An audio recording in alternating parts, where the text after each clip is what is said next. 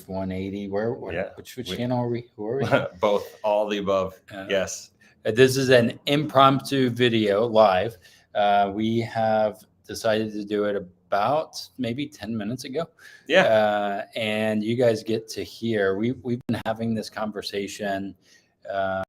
Yesterday we met in person because you just happened to come to Cincinnati. And I just happened to be living in Cincinnati. And I was like, wait a second, you're going to be down the street from me. We should totally hook up and hang out. And so here we are.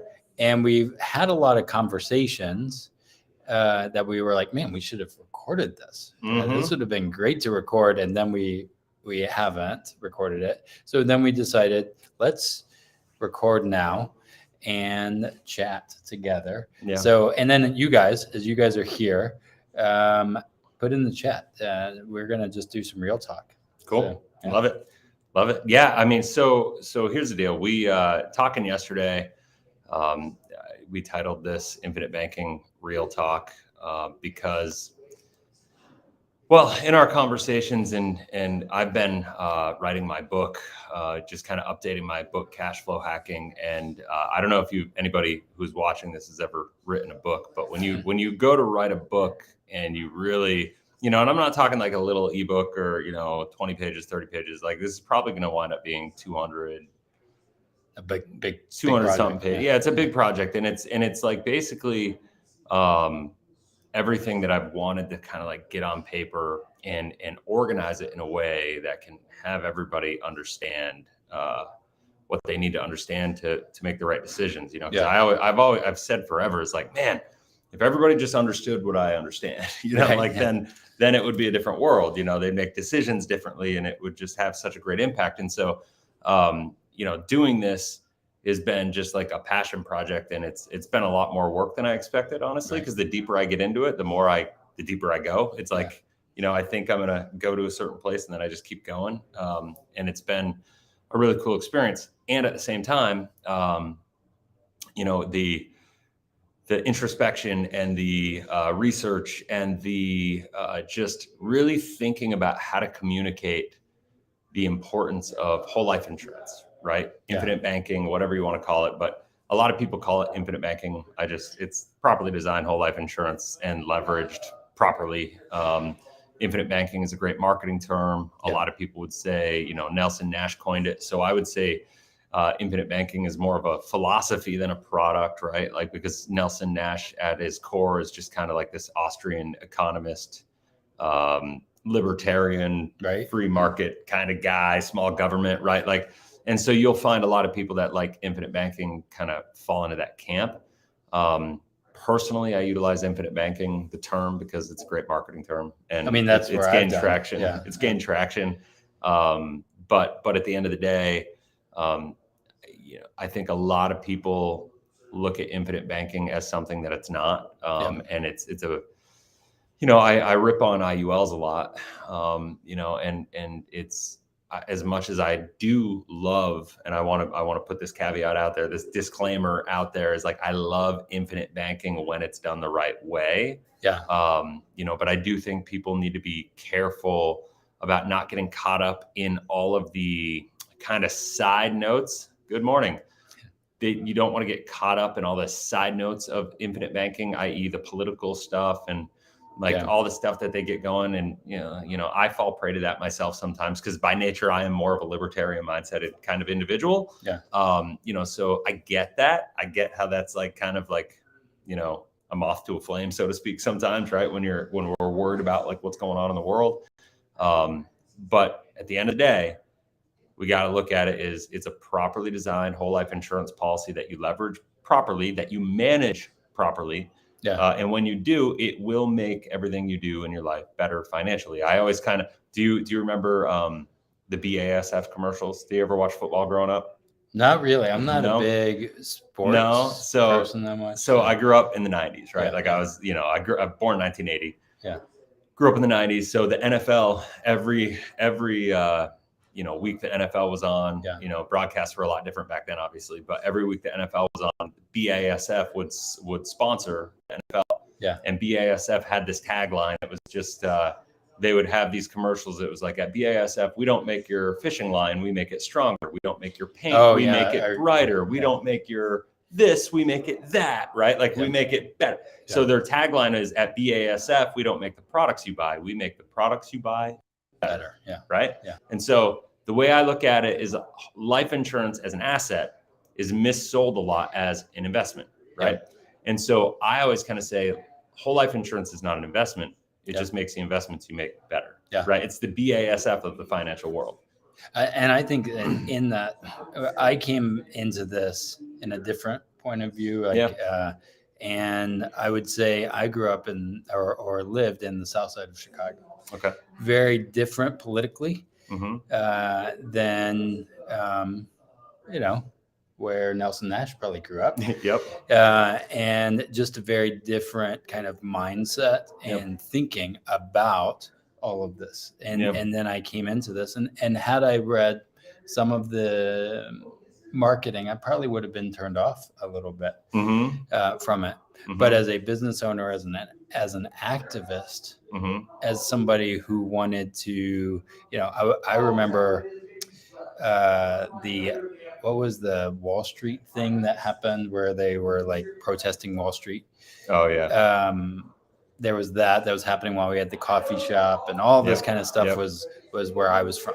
You guys might hear some background here they're getting pretty loud out there in here, but hey, we're doing this live. We're doing it in a I was like, what? hotel lobby.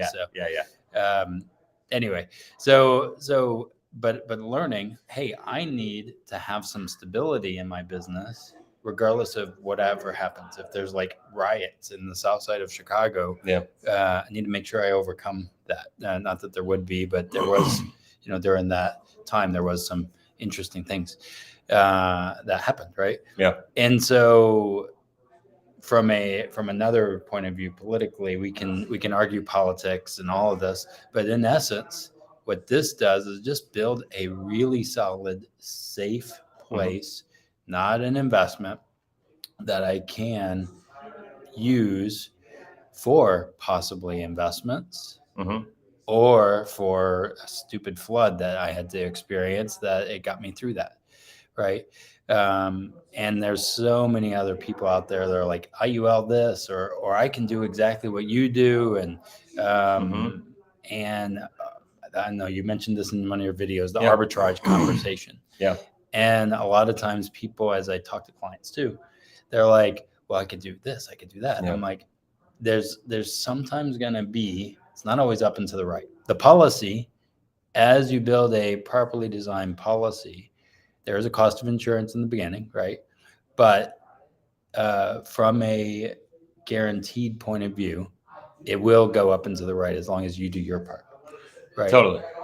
But you have to do your part, one, but life isn't always up and to the right. That is not the way life is.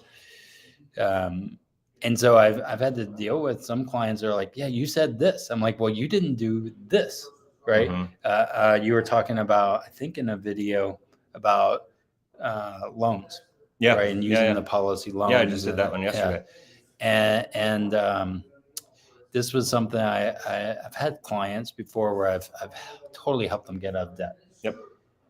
And they never did what Nelson Nash says is, don't steal the peas from your own grocery store, meaning pay your loan back. And I'm like, dude, you need to like pay your loan back. And then they get mad at me saying, well, this didn't work. You said this. I'm like, you didn't learn to budget. All right. Have you seen that in some of those conversations? I think it's like anything else. It's at the end of the day, you never want to put your money into something that you don't understand, right? So you need to understand. I think there's a lot of misinformation on the internet right now about the more popularized infinite banking becomes. I guess I'll put it this way: the more popularized infinite banking becomes, the more sensationalized it gets, the more kind of clickbaity titles there are that are out there, and they look really sexy. They look like amazing. The idea of positive arbitrage, it's a great, I don't know. It's a great like marketing thing. But it's no better than a lot of the people that are selling IULs and misrepresenting, what an IUL is going to do for you. And so I just felt kind of really compelled in the last week to do a couple videos that, talk about the truth about infinite banking, how policy loans work, how arbitrage can work, and how it is, I just did this video. It's talking about like over the past 40 years, can you make positive arbitrage in a whole life policy?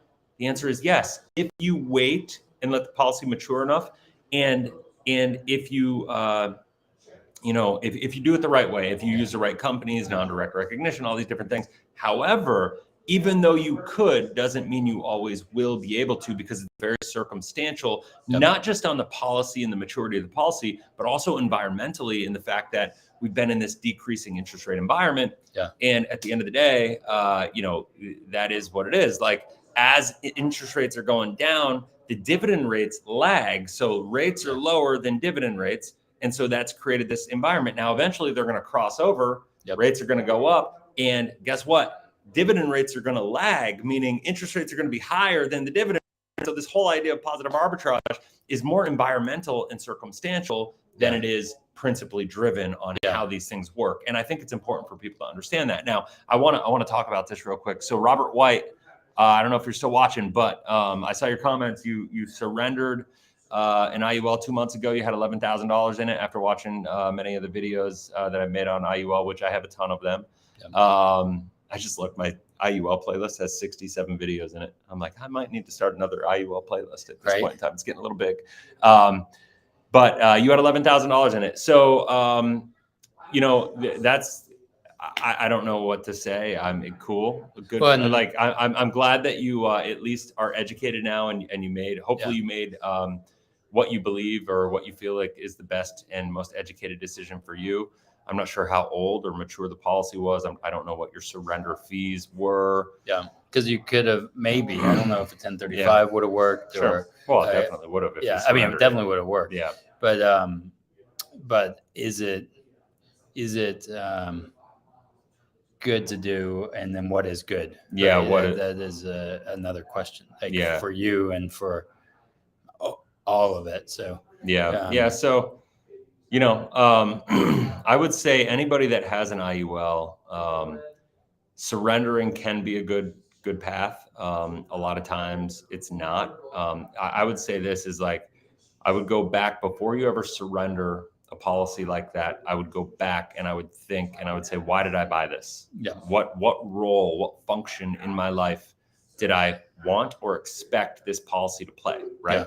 And so when you do that, what happens is you kind of go back, and it makes it so you don't make an emotional decision about just like, oh crap, I learned this, I got scammed, or I got this or that, or whatever, however you're feeling, and just make this emotionally driven decision to just surrender it and be done with it and just like move on. Right. Because at the end of the day, you bought that policy for a reason. Right. Now, just because you weren't fully educated and you put your money into it doesn't mean that the reasons weren't valid and legitimate. Right.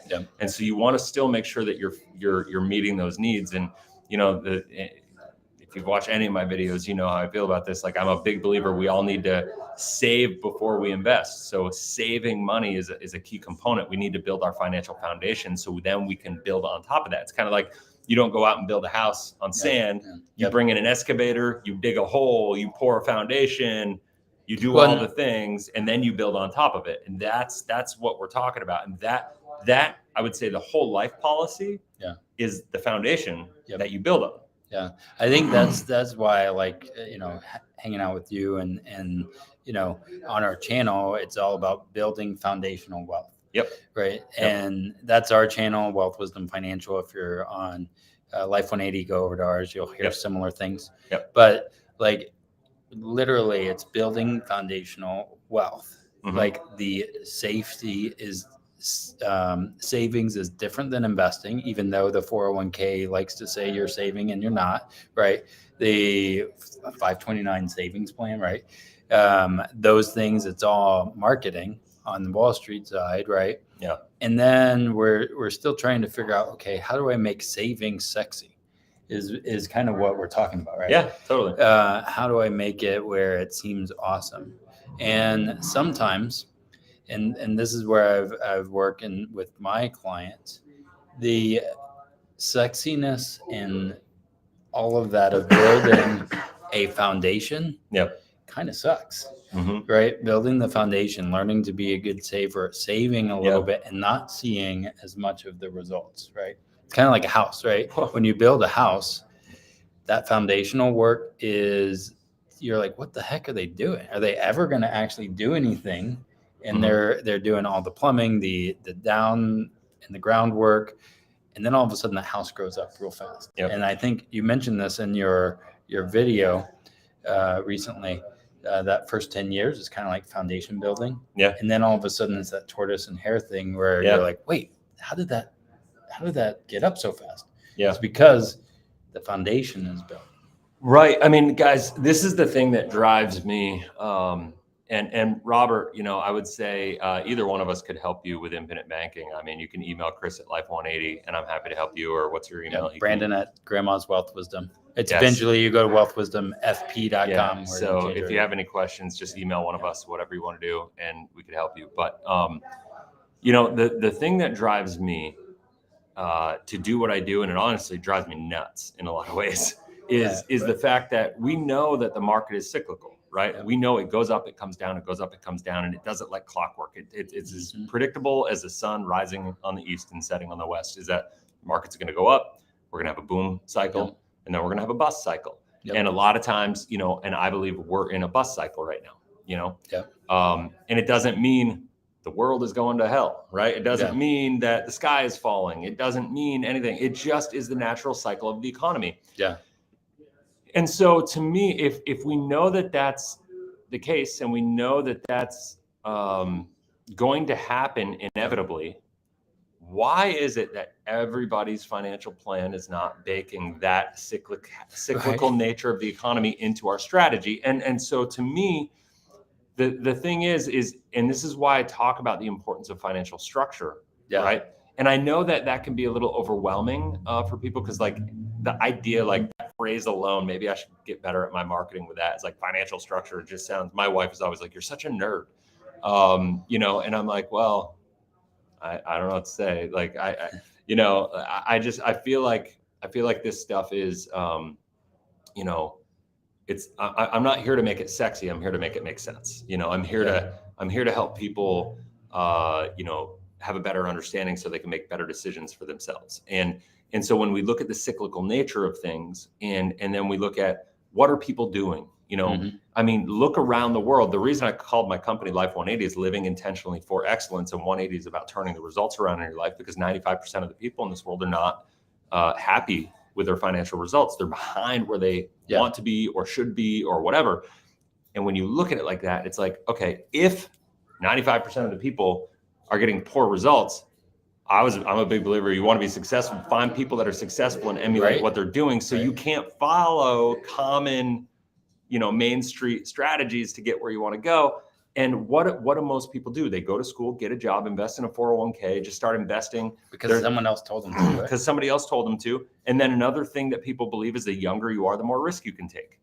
Right? I mean, that's a phrase that I think everybody hears. No risk, no reward. No risk, no reward. And the challenge is when you look at it like that from your investment perspective, you get out of school, you get a job, you start investing in your 20s. Most people don't even do that. But even if you did, what happens is you invest. But if you don't save first, if you don't build your foundation, what happens is now you are, and I've done a thing called my LIFE180 pyramid talk on this, but what happens is you could feel really good for a decade, right? You can have nothing but growth. But if you don't have enough savings reserves, if you don't have an opportunity fund, if you don't have yourself positioned to be able to be what I would call an opportunistic investor, what happens is you become the antithesis of that. You become the opposite of that. And you become one of the masses, one of the sheep, one of the cattle that gets slaughtered during the down cycles. Because what happens in down cycles is the economy goes down, the stock market goes down, real estate values goes down. It's contraction across the board typically, right? Well, and then there's going to be what I think about is like that blood on the street, right? There's going to be a lot of that, but there's also going to be a lot of people who are making millions, right? And I was thinking about this from Mark Cuban as I watch some of Shark Tank. He even mentioned on one of his things, he's like, I have this much in cash reserves. I have this much in liquidity. And I was like, man, that would be crazy for some people to say, wait, he could be investing that.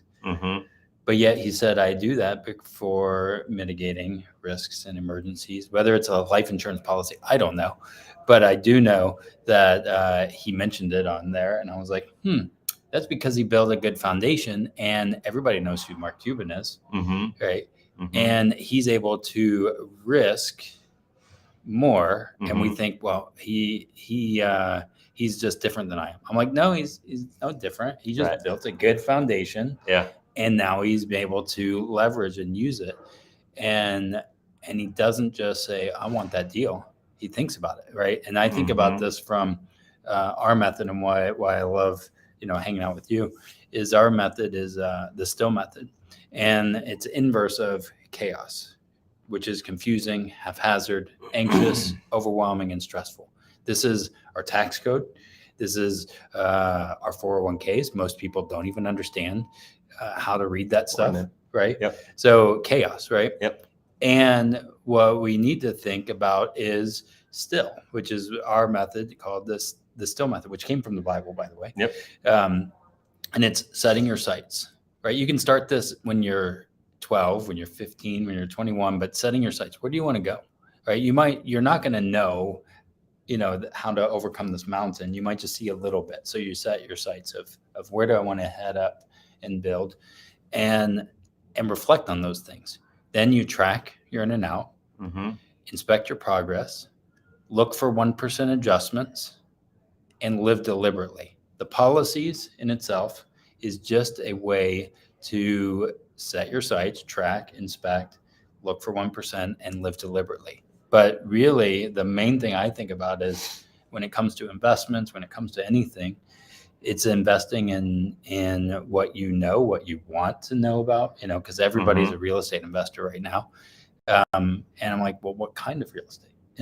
What, and there's different answers for different things, right? And so sometimes people apply advice for real estate, and maybe they're a buy and hold real investor, not a flipper. Yeah. And that's different. Totally different strategies. Different rules. And we have to think about how do we then build the foundation and not just apply, even from us on Facebook and YouTube and all this. Don't just listen to us. How does this strategy help you do what you want to do? Yeah.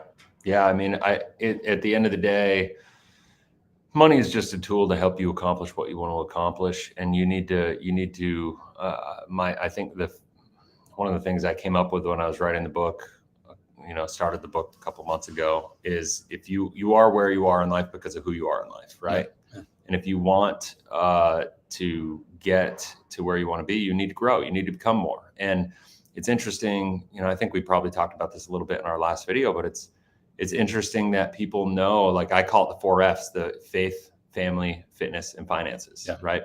And so it's interesting that, everybody knows that you can't outsource your success with your faith, you have a big faith background and planning churches and all that stuff. Like I can't have you do my praying and read my Bible and do all my growth and build my relationship with God, right? I alone can do that for myself. My relationship with my wife and my kids, like my family, I can't outsource me being a good husband and dad, right? Like I just can't do it. My fitness, you shouldn't. Well, you can't. Like, no, it's not even you shouldn't. I feel like I'd be a dirtbag if I tried. Yeah, right. But like, even if I tried, like, look, there are people out there that are rich, quote unquote, that have tons of money that can afford to outsource all that. Right. And they do the nanny thing, and nothing wrong with a nanny. Trust me. Like, I get that.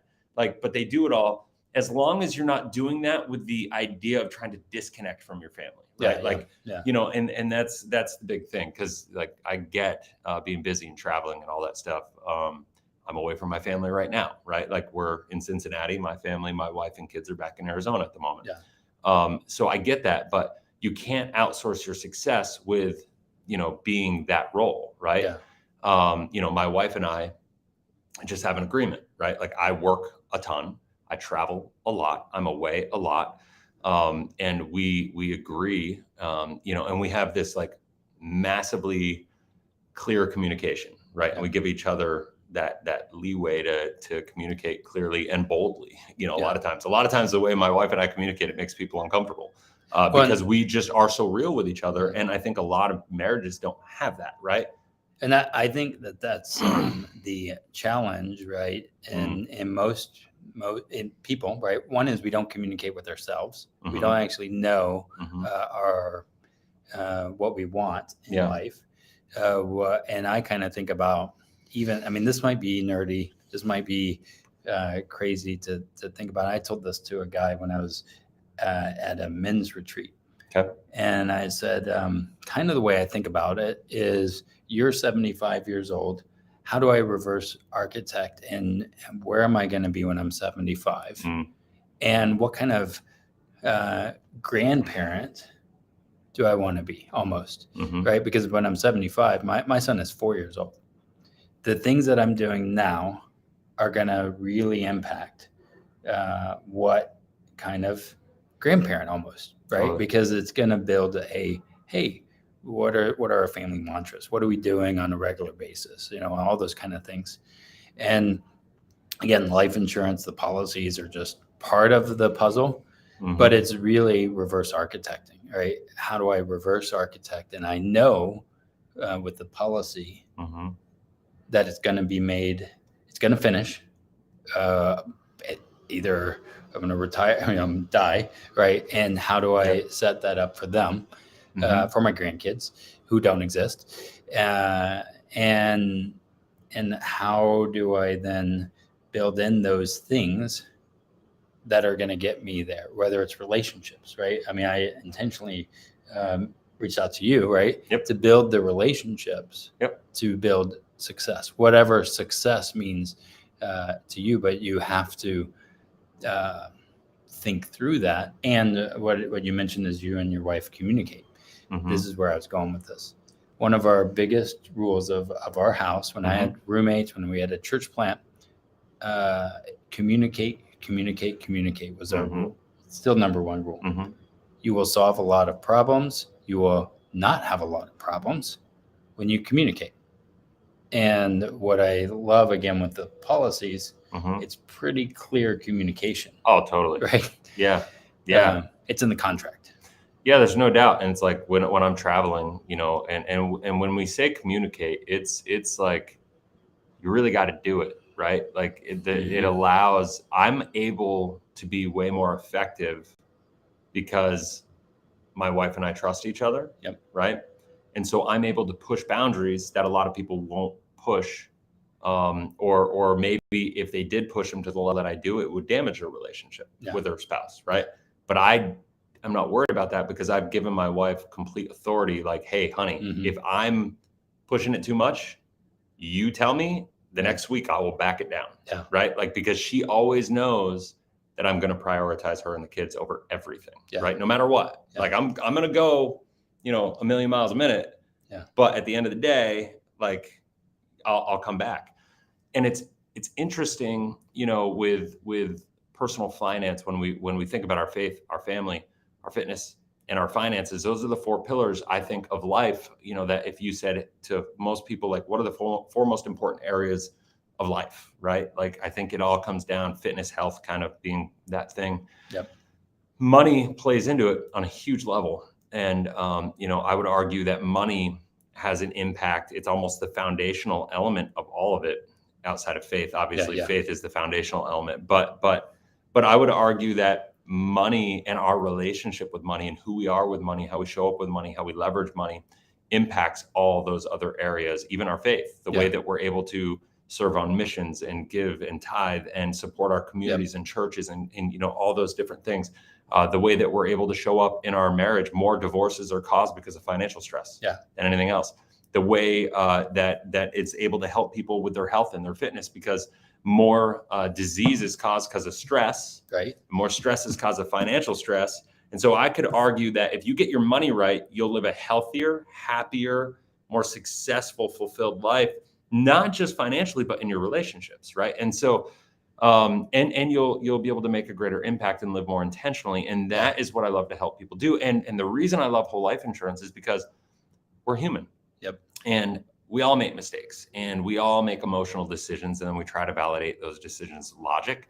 And having a whole life policy, it's like a forced savings plan, right? Like, and it's a filter that every decision you make can flow through, right? Right. It's like, okay, I know I need to save before I invest. Yep. But I'm saving with the intent of investing. So I need to start with the end in mind. I need to think about, what do I want to do? Do I want to be a real estate investor? Yes. Okay. What do I do now? I want to go out and I want to get my first property. Okay. What do I need to do to get that? I need to save money. Okay. How do I save money?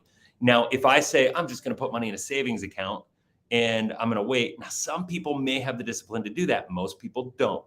So I also believe that we need to stress ourselves in a healthy way more than we do, right? And what I mean by that is, a lot of people are like, I don't want to have a premium payment. I don't want to have I only want to, let me preface this. I don't think you should push it too much. Like, you got to find that kind of happy medium and understand your cash flow. That's why it's important to work with somebody that can help you kind of figure out what that is. Yeah. And change if things 100%, get hard, or, 100%, and design it so there's some flexibility and room to move about the cabin, so to speak. But at the end of the day, having a whole life policy is basically a forced savings plan. Yeah. Well, and here's the thing I've been thinking about recently. Again, I'm a person of faith, and the tithe model, right? So in the tithe model, 10% of all you earn, or 10% is going to God, right? So this is what's interesting. 10% off the top is a tithe, right? God set it up in motion already, how to finance things, how to structure, right? Yeah. It's all his anyway. Yep. So then if we think about it, and then there's the richest man in Babylon, 10% of all you earn is for you to keep, right? Well, all right. So that just tells me 10% goes to God, right? That's 90% left. 10% goes for me to keep, right? So where's the best place to put it? For me, I'm like, well, put it into a life insurance policy, 10%. Yeah. For long term, right? And I do what I call the 10-10-10 savings rule. 10% goes for long term, 10% medium term, and 10% short term. I already gave 10% to God, right? So then that leaves me with 60% of living, right? And short term is like Christmas and some of that, but I'm still saving, right? It amazes me how many times people are at Christmas time, right? And people are freaking out because Christmas is here. Credit cards. I'm like, but if we lived with the percentage model, the model that God put forth, and we lived with that, we live within our means. One is we're going to set up a priority of what's important. Yeah. We've already set up the priority, and it's all percentage. So as my income grows, it's a percentage base. Yeah. This is the crazy thing from a faith perspective. I actually tithe more than I made 10 years ago when I had our coffee shop. That's awesome. And I'm like, holy crap, that's a lot of money. And I could say, well, that 10% could be used somewhere else. But I've already thought out the decision. I already know where I'm going with it, and it's a non-negotiable. So we have to have those non-negotiables just as much as we do with our faith, with ourselves, with our family, and building those non-negotiables of going to the gym, having date night. Those kind of things are really important, whether it's policy or not. It's interesting. It really all comes down to your intentionality, and understanding like what you want your life to look like. And it's like the old fable of the Mexican fisherman. Have you heard this? I don't know, maybe. So there's this funny fable, and it's for all I know, it's probably a true story, but it's all about like, so this New York banker, takes this trip to Mexico. Yeah. And he goes down into the Gulf of Mexico, and this cool little Mexican village, and he meets this guy that has a fishing boat. And the guy, is all he does is he wakes up in the morning, he goes down to his boat, fishes, hangs out, loves the sun, loves his life. He's just there anyway. Yeah. And if tourists come by, he brings them out, and because he's doing it anyway, he's doing what he loves to do. Right. Yeah. And so then this banker sees him and he goes out, has a great experience with this Mexican fisher, and they have like all this success. And the guy, they get back to the dock after fishing all day and bringing in all these fish and having, just wild success. And the banker's like, listen, we can do all of this. Like, that was the best day of my life. Like, you do such a great job. Have you thought about scaling? Have you thought about doing all this? And the fisher's like, no, I haven't. He goes, well, you could make millions of dollars. Like, think about like what that would look like. He's like, well, what would that look like? And he goes, well, we'd be able to get you more boats. I could raise some capital. We could go get a lot of boats. We could come back, and make all this money and you could build this empire and whatever. And he goes, okay, then what? And he goes, well, then you'd be worth millions of dollars. We'd sell it off. He goes, well, then what would I do? And he was like, well, then you could be able to wake up in the morning and do whatever you want and, live the life that you want. He's like, well, I'm doing that right now. Yeah. You know what I mean? And so it's interesting. Like, a lot of times we lose sight of that and we're just chasing the wrong things. Yeah. And, the big thing is that I look at it like this: is the most valuable resource that we have, and everybody knows this, right? Is time, right? Time is the most valuable thing that we have. It's the one thing that we can't replace. Everybody kind of intrinsically knows that, yet we don't live in accordance to that understanding. Caleb, did this talk where he's talking about Warren Buffett. Yeah. And Warren Buffett, he was like, who here would trade places with Warren Buffett? Warren Buffett's worth over $100 billion, but he's 91 years old, right? Yep. So I'm not trading places with Warren Buffett, because if I trade places with him, it's not bank accounts, it's his age. Yeah. So I would forfeit the next 50 years of my life. Yeah. Am I willing to take $100 billion? The answer is, like, if I wanted to be the sacrificial lamb and set my family up, maybe, but aside from that, like, just talking about my life and my contribution and being here with my kids and mentoring and shepherding and whatever, everybody knows, like, very few people, I think, would trade places with Warren Buffett at 91 years old, yet nobody lives in according to that understanding. And again, thinking about, like, our life and our world is busy, very busy. Yeah. And we crowded out with Netflix shows and who knows what we binge watch. I do watch shows, but I also know I have a 4-year-old, right?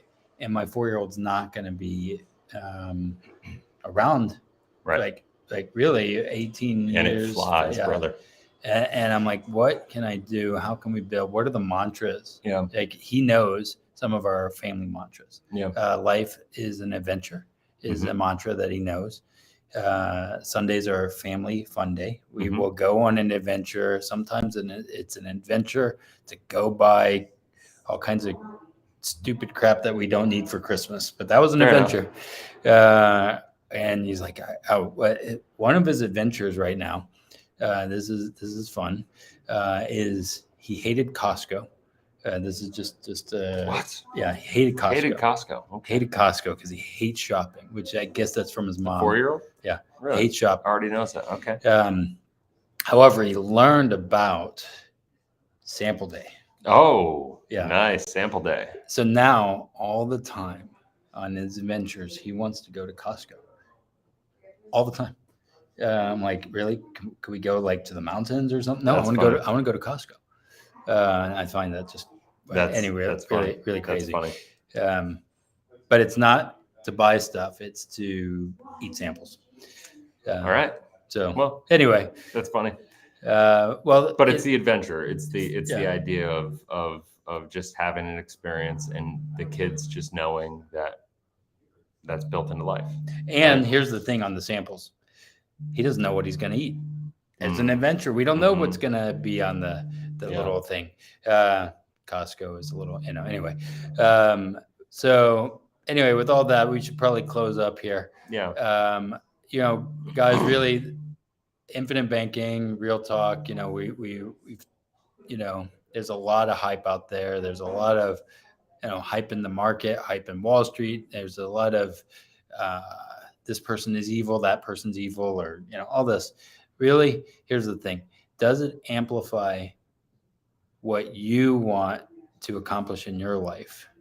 And can it help you get there further, maybe faster, more efficient?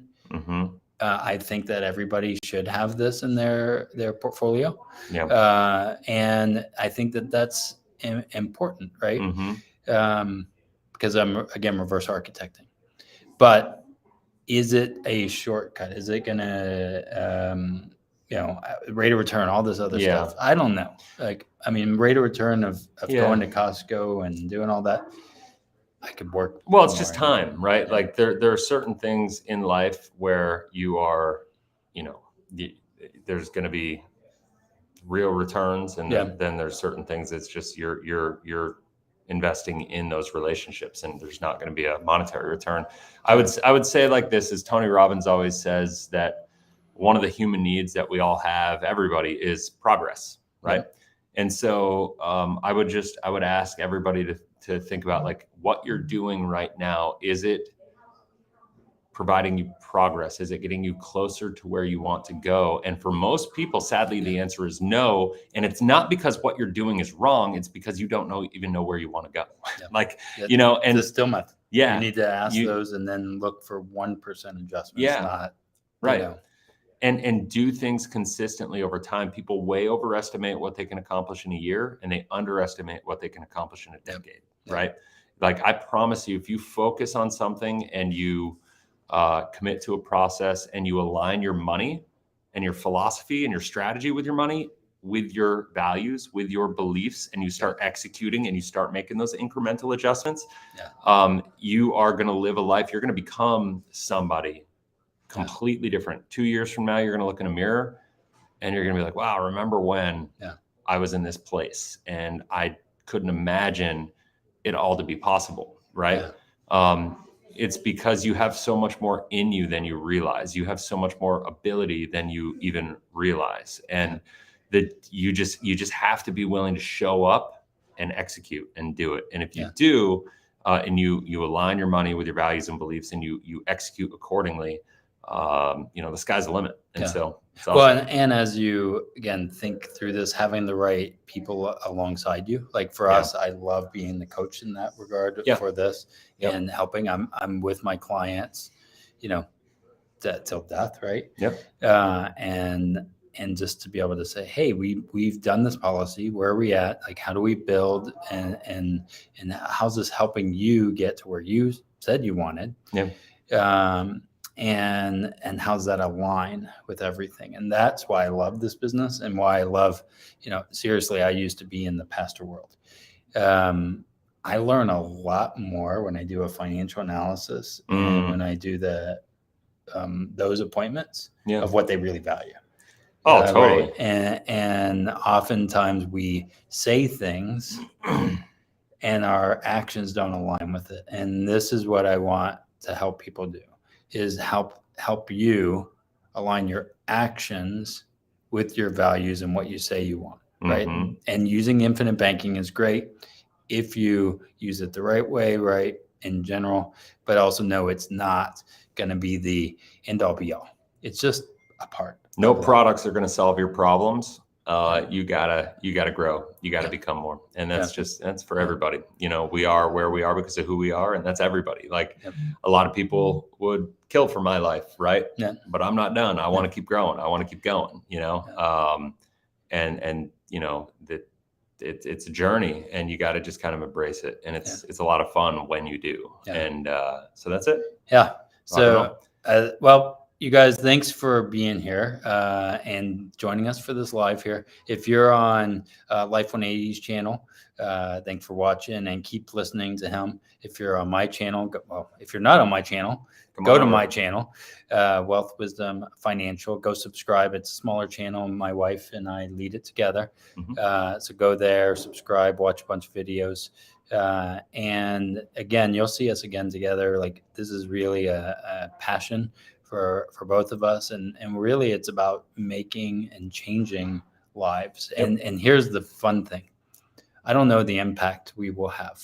I even working with the clients that we have, It's life insurance. It's going to impact generations that we won't know. Yep.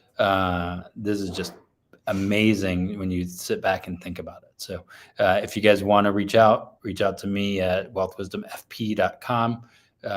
And you could just go to, for us, you can go to either life180.com and there's a link in there to set up a call, or you could just email Chris at life180.com. I'm happy to talk to anybody, help anybody, serve anybody that wants to reach out. So cool. That's it. All right, guys. Well, have a blessed, inspirational day. We'll talk to everybody soon, hopefully. Awesome. See ya.